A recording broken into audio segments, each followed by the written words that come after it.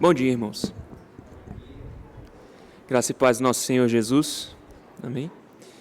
Vocês podem deixar as suas Bíblias abertas no livro de Juízes. Hoje é um tanto temático, mas a gente vai começar por lá.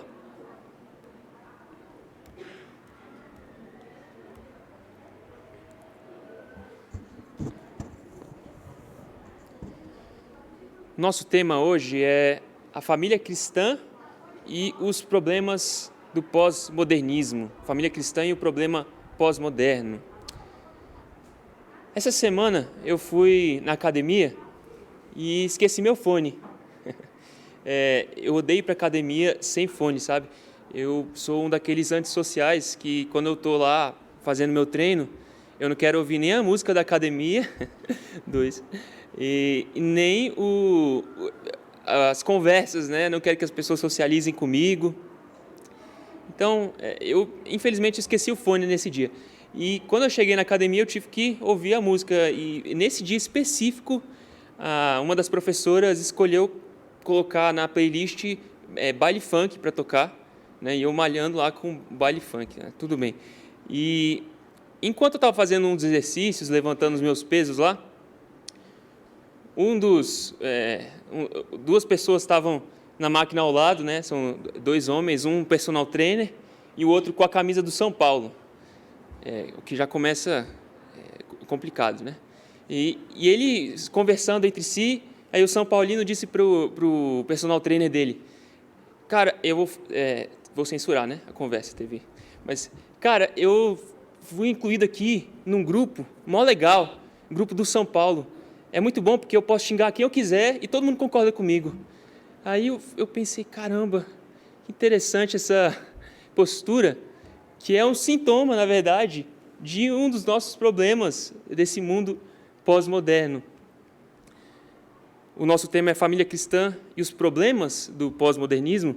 É um tema que por si só já é um desafio, porque a pós-modernidade ela tem tantos problemas que seria difícil eu abordar todos aqui. Então, vou escolher um que eu creio que seja ou o maior ou um dos maiores problemas. Eu fiz hoje, baseado em alguns artigos e uma palestra. Se você quiser, depois eu passo o material para vocês, tá bom?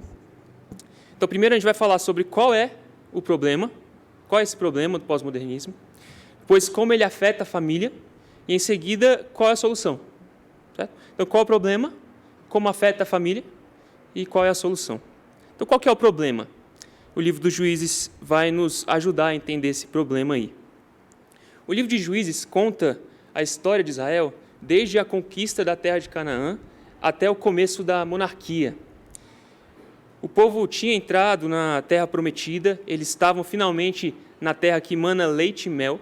Eles a conquistaram sob a liderança de Josué, um grandiosíssimo líder que estava seguindo, né, sucedendo outro grandiosíssimo líder, Moisés. E Deus havia sido fiel às suas promessas. Deus havia colocado o seu povo na terra que ele havia prometido. E o povo, então, a família de Deus, começou a experimentar numerosas bênçãos que essa terra oferecia. Mas aí o tempo passou, novas gerações se levantaram, gerações que nasceram nessa terra de bênçãos, gerações que não se lembravam das grandes obras de Deus no passado, gerações que se afastaram de Deus. Aí, olha comigo no capítulo 2, Josué capítulo 2, Juízes capítulo 2, a partir do versículo 8.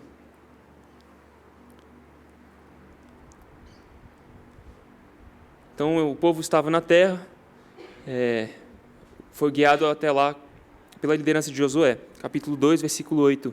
Faleceu Josué, filho de Num, servo do Senhor, com a idade de 110 anos.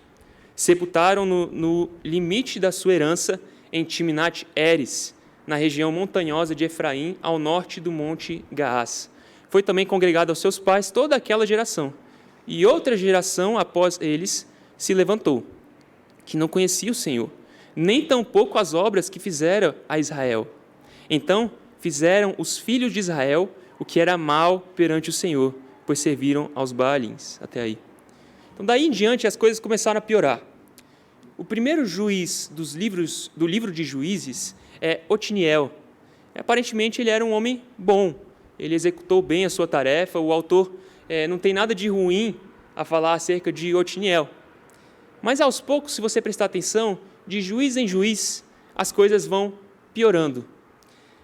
A gente sai de Otiniel e vai para Baraque, que é um juiz covarde que foi ofuscado pela profeta Débora, né? Depois a gente vai para Gideão, o juiz que duvidou de Deus até quando possível, ele estava duvidando de Deus, do que Deus estava falando não ia ser cumprido. No fim, ele ainda fez uma estola sacerdotal que levou o povo a se prostituir com essa estola sacerdotal. Depois a gente chega em Jefté. Eu não sei se você lembra o que Jefté fez, né? Ele fez um voto irresponsável diante de Deus. Ele falou que quem primeiro da porta da minha casa me saiu ao encontro, depois que ele voltasse vitorioso da guerra, ele mataria e oferecia em holocausto ao Senhor. E aí, chegando em casa, quem foi a primeira pessoa que ele viu? Não sei se vocês lembram, a filha dele. E o resto da história você pode conferir lá no capítulo 11. O último juiz é Sansão. E Sansão estava literalmente dormindo com o inimigo. Sansão fez tudo o que ele podia ter feito de errado na vida dele. E depois de Sansão, você acha que não pode piorar, né? Mas aí chega o capítulo 17. E bem no começo do capítulo 17 é que a gente encontra uma das frases mais desesperadoras das Escrituras. Abra lá no capítulo 17, versículo 6.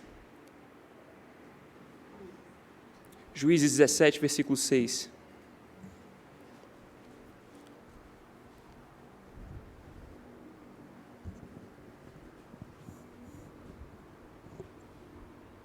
Diz assim: naqueles dias não havia rei em Israel, cada qual fazia o que achava mais reto. A gente acompanhou todo esse declínio da liderança de Israel, partindo lá de Josué e de Otiniel, chegando até Sansão, para agora a gente encontrar o completo caos. Nem Sansão tem mais para o povo. Cada um fazia o que queria, e o que acontece como consequência a isso? Total desastre, irmãos, total desastre. Israel, a família de Deus, o povo escolhido de Deus, eleito por Deus, se torna como Sodoma e Gomorra. Olha no capítulo 19, e você vai entender o que eu estou dizendo. Todo o texto do capítulo 19 é escrito em paralelo à história de Sodoma e Gomorra. Um viajante com a sua concubina vai passar a noite lá em uma das cidades de Israel, e um homem mais velho o hospeda em sua casa. E aí no versículo 17 do capítulo 19, leia comigo, capítulo 19, versículo 17. Enquanto esse homem mais velho e o viajante e a concubina estavam em casa, fala assim no versículo 22, capítulo 19, versículo 22. Enquanto eles se alegravam, eis que os homens daquela cidade, filhos de Belial, que é outro jeito de falar filhos da perversidade, filhos rebeldes, cercaram a casa, batendo a porta, e falaram ao velho senhor da casa, dizendo: traze para fora o homem que entrou em tua casa, para que abusemos dele. O senhor da casa saiu a ter com eles e lhes disse: não, irmãos meus, não façais semelhante mal, já que o homem está em minha casa, não façais tal loucura. Minha filha virgem e a concubina dele trarei para fora, humilhai-as e fazei delas o que melhor vos agrade. Porém, a este homem não façais semelhante loucura. Porém, aqueles homens não quiseram ouvir. Então ele pegou da concubina do levita e entregou a eles fora, e eles a forçaram e abusaram dela toda a noite até pela manhã, e subindo a alva, a deixaram. Você lembra o que acontece na história de Sodoma e Gomorra? Quando os anjos do Senhor vão para a cidade de Sodoma e Gomorra e são hospedados por Ló? Mesma coisa, né? Os dois anjos vão passar a noite na casa de Ló. Abre aí em Gênesis 19 para você se lembrar comigo. Gênesis 19, versículo 4.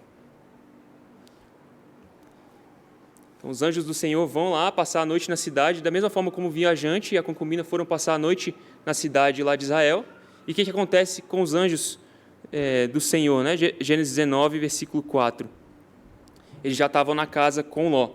Mas antes que se deitassem, os homens daquela cidade cercaram a casa, os homens de Sodoma, tanto os moços como os velhos, sim, todo o povo de todos os lados, e chamaram por Ló, e lhe disseram: onde estão os homens que à noitinha entraram em tua casa? Traze-os para fora a nós, para que abusemos deles. Saiu-lhes então Ló à porta, fechou após si e lhes disse: rogo-vos, meus irmãos, que não façais mal. Tenho 2 filhas virgens, eu vos trarei. Tratai-as como vos parecer. Porém, nada façais a estes homens, porquanto se acham sob a proteção do meu teto. E aí eles disseram: retira-te daí. E acrescentaram: só ele é estrangeiro, veio morar entre nós e pretende ser juiz em tudo. A ti, pois, faremos pior do que a eles. E arremessaram-se contra o homem, contra Ló, e se chegaram para arrombar a porta. Porém, os homens, estendendo a mão, fizeram entrar Ló e fecharam a porta, e feriram de cegueira aos que estavam fora, desde o menor até o maior, de modo que se cansaram à procura da porta. O que o autor de Juízes está dizendo para você? Israel se tornou como Sodoma e Gomorra. É uma completa catástrofe. E não melhora, porque até os mocinhos, lá para os últimos capítulos, se você continua lendo Juízes, são terríveis. Juízes termina com a tribo de Benjamim quase que completamente aniquilada. E os homens de Israel percebem ali o mal que eles tinham feito e tentam consertar a situação, restaurar a tribo de Benjamim de um modo terrível também. Meus irmãos, sem dúvidas, esse foi um dos capítulos mais sombrios da história de Israel. E o último versículo do livro de Juízes, volte lá para Juízes, e vá no último versículo, ele termina dizendo a mesma coisa. Juízes 21, versículo 25. Naqueles dias não havia rei em Israel. Cada um fazia o que achava mais reto. Cada um fazia o que achava mais reto. E com isso, meus irmãos, eu lhes pergunto, né? Não é exatamente esse o espírito pós-moderno? Essa é a norma filosófica dos nossos dias. Cada um tem que fazer o que achar melhor.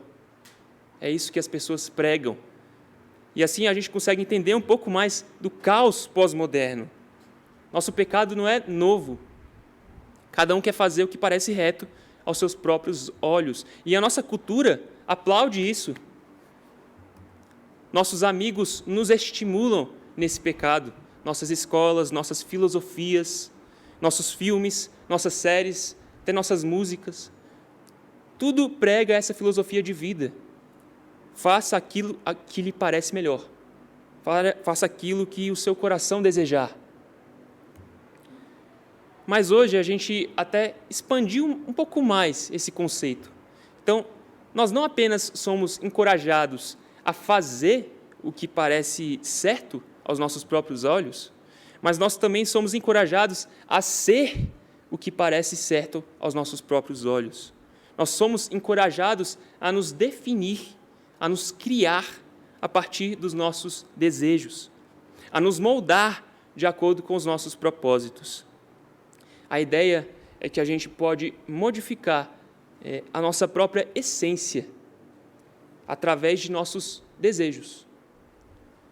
Isso está intensamente imbuído em nós, assim. Nós respiramos esse ar. Essa é a nossa cultura. A norma cultural hoje em dia é autocriação. Você cria quem você é seu criador, você é seu salvador, você é seu Deus. Na nossa cultura ocidental e pós-moderna, não tem nada fora de nós que possa nos dizer quem nós somos. Não há rei entre nós, assim como não havia entre o povo de Israel no livro de Juízes. Qual que é o problema, então? Cada um quer fazer o que acha mais reto. Esse é o problema. Agora, como é que isso tem afetado as nossas famílias? Meus irmãos, viver nessa cultura que nos pressiona continuamente a fazermos e a sermos o que nós achamos mais reto é também uma forma de intenso sofrimento. Tem uma expectativa injusta, uma expectativa sufocante de que você se justifique, que você se defina, você se redima. E ainda se afirma que você tem que alcançar a sua felicidade dessa forma. Siga seus sonhos, seja você mesmo, seja autêntico, seja especial e ainda seja realizado, realize-se dessa forma. É assim que você vai encontrar a felicidade. E a nossa cultura repete o tempo todo, seja feliz, você tem que ser feliz. Né? O que essa cultura escravizadora, ela não te conta, é que você nunca vai alcançar a verdadeira felicidade a partir dos seus próprios desejos. Então é uma pressão gigantesca em nós para que a gente se recrie. Você tem que inventar a sua identidade, o seu propósito de novo. Você tem que se recriar conforme as suas opiniões. E tem que ser bom, né? Mas você não vai conseguir se satisfazer com isso. É claro, então, que cada um procura as suas próprias bolhas. Se sua identidade está sendo constantemente desestabilizada, se você tem que constantemente ficar se moldando, se recriando conforme os seus desejos, pense o quão atraente e confortador é ter pessoas ao meu redor que validem as minhas opiniões. Pessoas que apenas reforçam o que eu penso, as minhas vontades e os meus desejos. Eu quero fazer o que me parece melhor. Portanto, eu vou procurar um grupo de pessoas que valide as minhas opiniões, quaisquer que sejam. Por isso que o São Paulino quer ficar no grupo do São Paulo, porque ele quer falar mal dos outros times e quer que todo mundo concorde com ele no grupo. Eu quero poder estar lá e xingar quem não concorda comigo, e eu ainda quero ser aplaudido por isso. Esse é o sintoma que eu comentei no começo. As bolhas, elas são extremamente confortáveis, especialmente para quem não tem a sua identidade firmada na rocha. Se você não se agarra à sua bolha, ou melhor, se você se agarra à sua bolha, é porque você não tem se agarrado a Deus. Meu irmão, não construa a sua casa na areia. Não estabeleça a sua identidade nos seus desejos e nas suas opiniões. Lembre-se de que você é um filho de Deus, que a sua base é a rocha, é o Senhor. Essa é a nossa identidade. Agora pense na pressão que os nossos jovens, os nossos filhos, têm sofrido para se reinventar. Pensa na epidemia de ansiedade que existe hoje em dia. A mensagem do mundo para os jovens é justamente essa: façam o que vocês quiserem e sejam felizes assim. Definam-se, né? Recriem-se, se tornem felizes. E esse peso tem sido colocado sobre os ombros dos nossos jovens. É por isso que, para os jovens e para os adolescentes, pensar no futuro causa pânico. As pessoas têm medo disso. Porque existe essa expectativa injusta de que nós sejamos nossos próprios criadores. Ninguém aguenta o peso de ser Deus. E ninguém aguenta o peso de ficar tentando se salvar, se redimir. Mas, meus irmãos, essa é a pressão que tem sido colocada sobre nós. E ela é incompatível com quem nós somos. Nós não conseguimos nos recriar, nós não conseguimos nos redimir e nós não conseguimos nos fazer felizes. Nossa sociedade quer nos convencer a atuar no papel que só Deus pode atuar. Será que isso tem entrado nas nossas casas? Você consegue ver de alguma forma isso entrando, esse discurso entrando na sua família, na sua casa? Será que de alguma forma você não reproduziu em algum momento esse discurso para os seus filhos ou para o seu cônjuge? Para os pais, o mundo tem dito: não imponha qualquer identidade sobre seus filhos. Não diga a ele quem ele é, deixe que ele descubra sozinho. Não imponha um gênero para ele, né? Chame ele ou ela de Ilo. Né? Não diga quem ele é. Ele precisa seguir seu próprio coração, seus próprios desejos, fazer o que lhe parece correto. Não imponha uma moral para o seu filho. Não diga para ele quem é o Deus dele. Deixe que ele decida se ele tem um Deus ou se ele não tem um Deus. E eu creio que, em alguma medida, essa pressuposição individualista, ela ainda está por trás das pessoas que se recusam a batizar os seus filhos. Por que você não batiza os seus filhos? Será que é porque você acha que você não pode dizer a ele qual é a sua identidade? Não batize ele agora, deixe que ele decida quem ele é. Não diga para ele que ele é filho da aliança. Não diga para ele quem é o Deus dele. Não, quando ele crescer, ele decide qual vai ser o Deus dele. Para as esposas, o mundo tem dito que não se submetam. Esposas, vocês têm que ser felizes, né? Fazerem o que vocês quiserem. Coloquem vocês mesmas em primeiro lugar, e as mulheres que sacrificam os seus desejos pelas suas famílias, elas são tidas como fracas.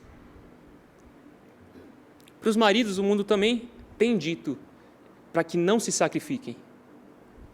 Você já percebeu como é que nas séries, nos filmes, tem se pregado uma independência entre marido e mulher? E sempre tem aquela cena do marido que está no trabalho, e ele vai sair com os amigos chamam ele para sair depois do trabalho, tomar alguma coisa ir no bar, e o marido fala, deixa eu perguntar para minha esposa, e o povo zoa ele, né? Assim, nossa, você tem que perguntar para sua esposa? Quem que é o homem da casa? Ou então, nossa, esse casamento é possessivo de alguma forma? Como se o casamento feliz fosse aquele que não tem necessidade de prestar contas para o outro. Nesse contexto, o homem que pergunta para a esposa se está tudo bem para ela, que ele saia depois do trabalho com os seus amigos, é um homem fraco também. E o mundo te pergunta, você precisa da autorização da sua esposa? Nossa, que coisa maluca. E a gente responde para eles, sim, eu pertenço à minha esposa. E ela pertence a mim. Sim, meus irmãos, esse problema tem entrado em nossas casas e tem entrado nas nossas vidas de inúmeras formas. Então, supostamente, todos nós deveríamos fazer e ser o que achamos mais reto. Já estabelecemos qual é o problema, como tem afetado nossas famílias. Então, por último, resta a última questão. Qual que é a solução? Qual que é o problema? Como é que isso tem afetado nossas famílias e qual que é a solução? Irmãos, a solução é lembrar que nós temos um rei. O problema de Israel era que, na ausência do seu rei humano, eles estavam se esquecendo de que eles tinham um rei eterno. É evidente que nós não podemos fazer o que nós achamos melhor. Nós temos um rei. Nossa identidade, ela flui desse nosso rei. Nós pertencemos a ele. E o nosso jeito de fazer família, ele também deve fluir desse rei. O melhor jeito de decidirmos como que nós vamos guiar nossa família por esse cativeiro cultural é imitando como o nosso Pai Celestial guia a família dele, nesse mesmo cativeiro.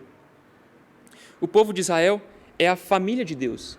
Israel é o filho de Deus. Abre aí comigo em Êxodo, capítulo 4.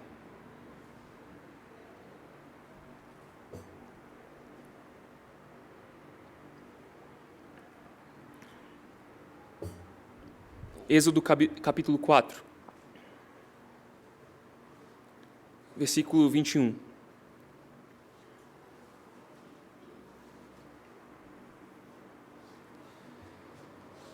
Êxodo 4, versículo 21. Disse o Senhor a Moisés: quando voltares ao Egito, vê que faças diante do faraó todos os milagres que te hei posto na mão, mas eu lhe endurecerei o coração, para que não deixe ir o povo. Dirás a faraó: assim diz o Senhor, Israel é o meu filho, meu primogênito. Digo-te, pois, deixa ir meu filho, para que me sirva. Mas se recusares deixá-lo ir, eis que eu matarei teu filho, teu primogênito. Então Deus estabeleceu uma aliança com o seu povo, adotou esse povo como seu próprio filho. Em Oséias 11, não precisam abrir, mas diz assim: quando Israel era menino, eu o amei, e do Egito chamei o meu filho. E ele continua dizendo assim: quanto mais eu os chamava, tanto mais se iam da minha presença. Sacrificavam a Baalins e queimavam incenso às imagens de escultura.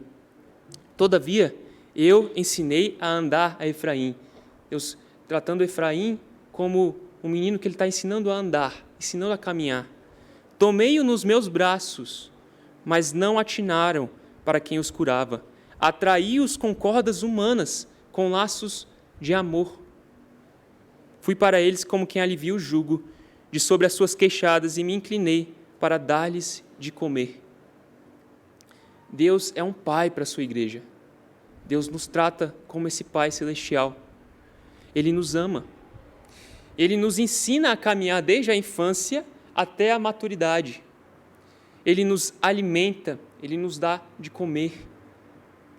Frequentemente, nós somos filhos rebeldes, mas Deus nos atrai de volta com laços de amor. Como é que o nosso Pai celestial nos guia? Por meio de 3 coisas, irmãos. 3 coisas: comprometimento, amor e lei. A gente pode ver isso nos momentos em que Deus solenemente estabelece uma aliança com seu povo. Abra em Deuteronômio, capítulo 7. Deuteronômio, capítulo 7, comigo. Então, primeiro, a gente deve guiar as nossas famílias através de um comprometimento incondicional.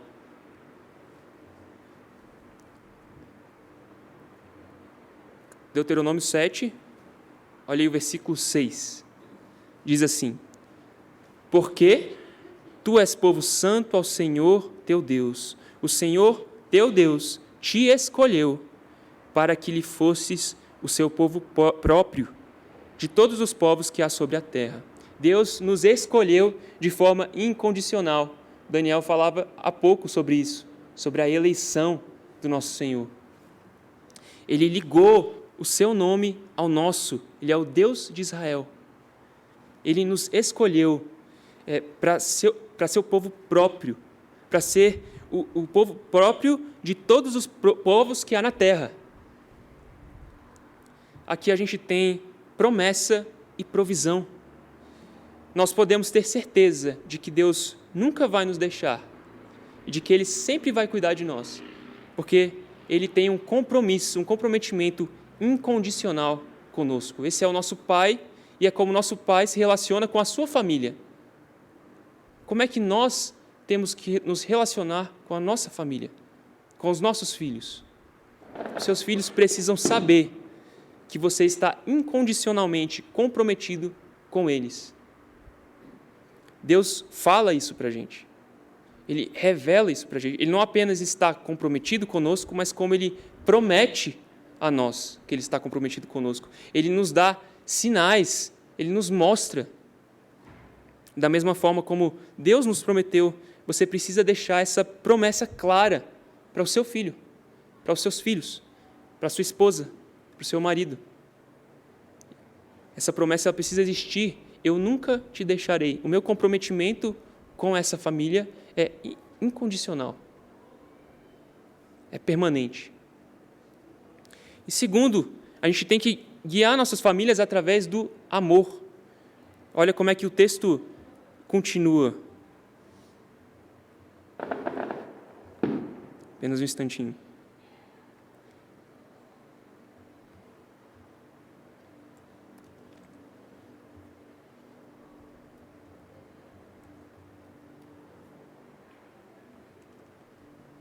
Tive que abrir aqui de novo a escritura. Deuteronômio 7, a gente leu do versículo 6 até o 11, né? A gente começou do 6 e agora vamos para o 7. Deuteronômio 7, versículo 7.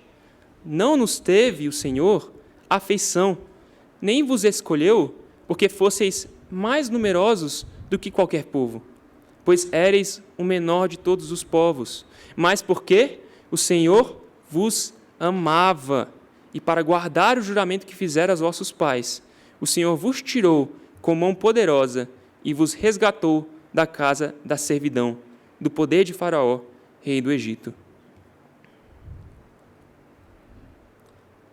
Deus nos amou intensamente. Ele nos escolheu porque Ele nos amou. E aqui a gente tem a afeição de Deus para conosco, a afeição do nosso Pai para conosco e a graça dele para conosco. Nós temos que amar nossas famílias como Deus amou a sua família, com toda a gentileza possível. Você lembra da história de Jonas? No final de Jonas, o que está acontecendo? Nínive foi salva, Jonas está irritado com a salvação de Nínive, mas o que acontece? Jonas fica emburrado, né? Não sei se você se lembra. E aí Deus fala para Jonas assim: Jonas, é razoável essa tua ira? Aí o Senhor ilustra, Ele ensina, e aí Ele pergunta de novo: Jonas, é razoável essa tua ira? Olha como o Rei do Universo, o Senhor dos Senhores, é gentil com Jonas, paciente, amoroso. Ele fala com o filho dele, ensinando passo a passo, ilustrando. Lembre-se também de como o Senhor, a gente leu agora há pouco em Oséias, como é que o Senhor tratou o povo dele, o filho dele, quando o filho se rebelou. Sim, houve disciplina, houve cativeiro, houve exílio, mas logo em seguida, o que o pai faz? Ele começa a nos atrair de novo para ele. E o texto fala, com laços de amor. Então trate o seu filho da mesma forma. Terceiro, a gente tem que guiar as nossas famílias através da lei. Agora, versículos de 9 a 11, Deuteronômio 7, continuando no mesmo texto. Saberás, pois, que o Senhor teu Deus é Deus, o Deus fiel, que guarda a aliança e a misericórdia até 1000 gerações aos que o amam e cumprem os seus mandamentos. E dá o pago diretamente aos que o odeiam, fazendo-os perecer. Não lhe será demorado para com o que o odeia, prontamente lhe retribuirá. Guarda, pois, os mandamentos e os estatutos e os juízos que hoje te mando cumprir. Deus estabeleceu mandamentos para a sua família. Não é cada um faz o que acha melhor.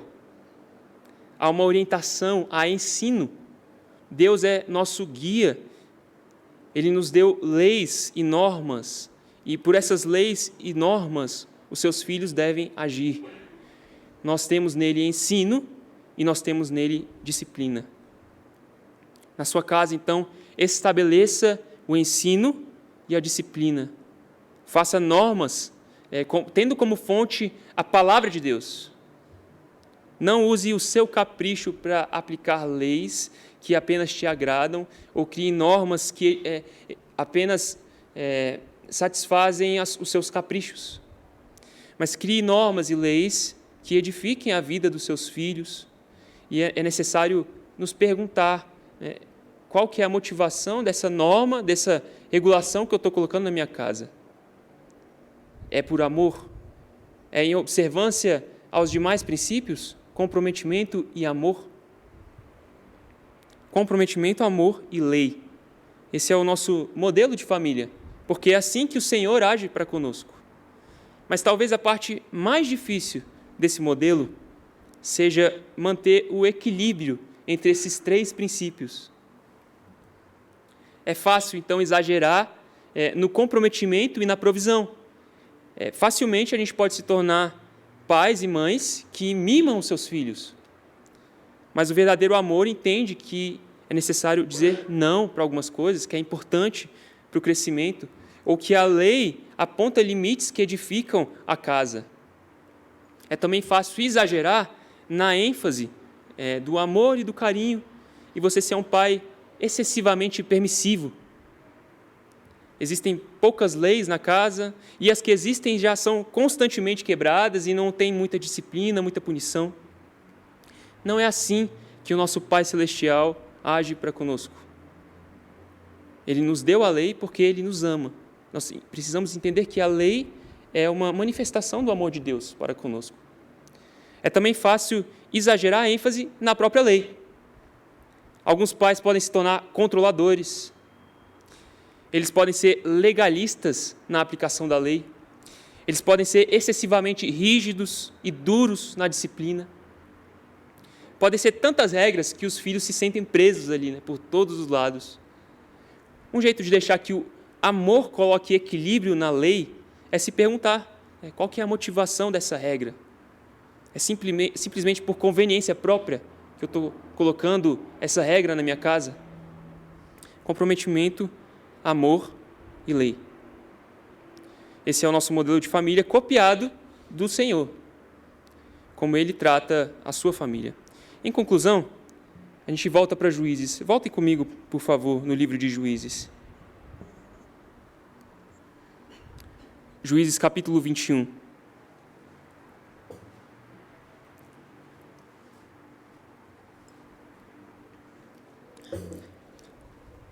A gente viu que no versículo 25, o autor repete novamente: naqueles dias não havia rei em Israel.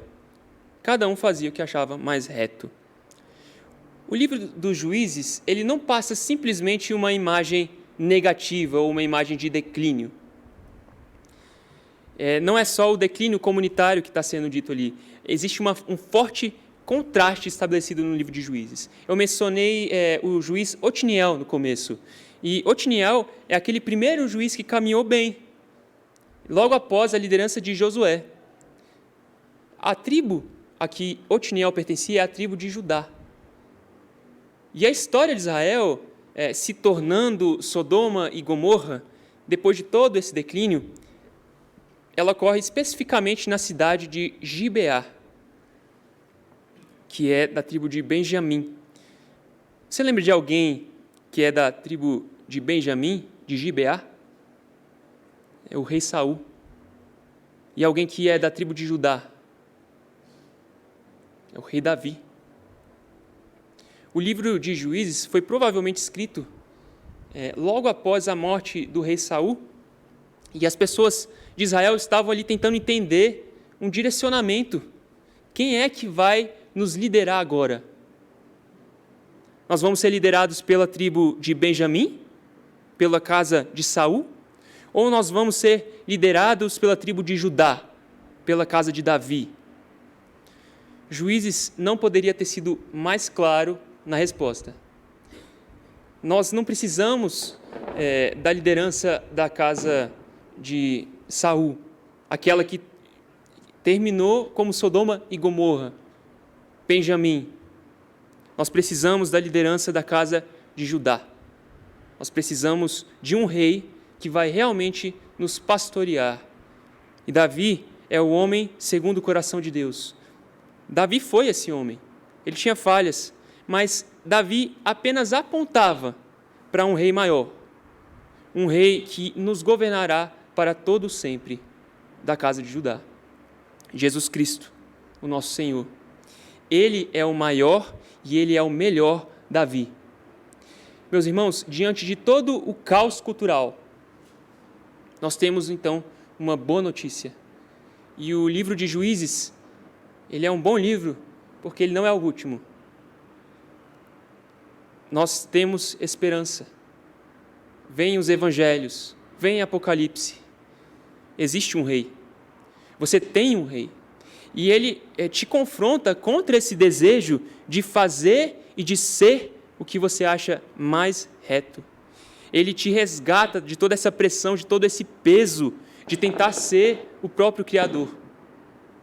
O Rei Jesus, ele nos deu um propósito e ele nos deu uma identidade.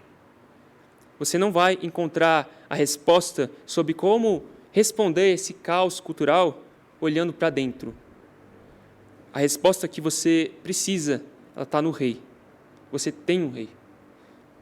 Efésios 5, versículo 1, diz assim: sede, pois, imitadores de Deus, como filhos amados, e andai em amor, como também Cristo nos amou e se entregou a si mesmo por nós, como oferta e sacrifício a Deus, em aroma suave. Como filhos amados, nós precisamos imitar o nosso Pai. Coloque o Senhor no centro do seu modelo familiar. Imite a Ele. Como é que o Pai Celestial age com a sua família? E o Senhor se relaciona conosco em 3 princípios: comprometimento incondicional, amor e lei. Ele nos escolheu, Ele se comprometeu conosco, Ele cuida de nós, Ele não vai nos abandonar. Então tenha esse comprometimento com a sua família. Ele nos amou, Ele nos mandou o seu Filho primogênito para morrer pelos seus filhos adotivos. E Ele nos trata com toda a afeição, com toda a graça. Portanto, sejamos assim com a nossa família. E Ele nos estabeleceu uma lei maravilhosa. Ele nos ensina e Ele nos disciplina com base nessa lei. Então, ensine o seu cônjuge, ensine e discipline os seus filhos, quando eles saírem do caminho.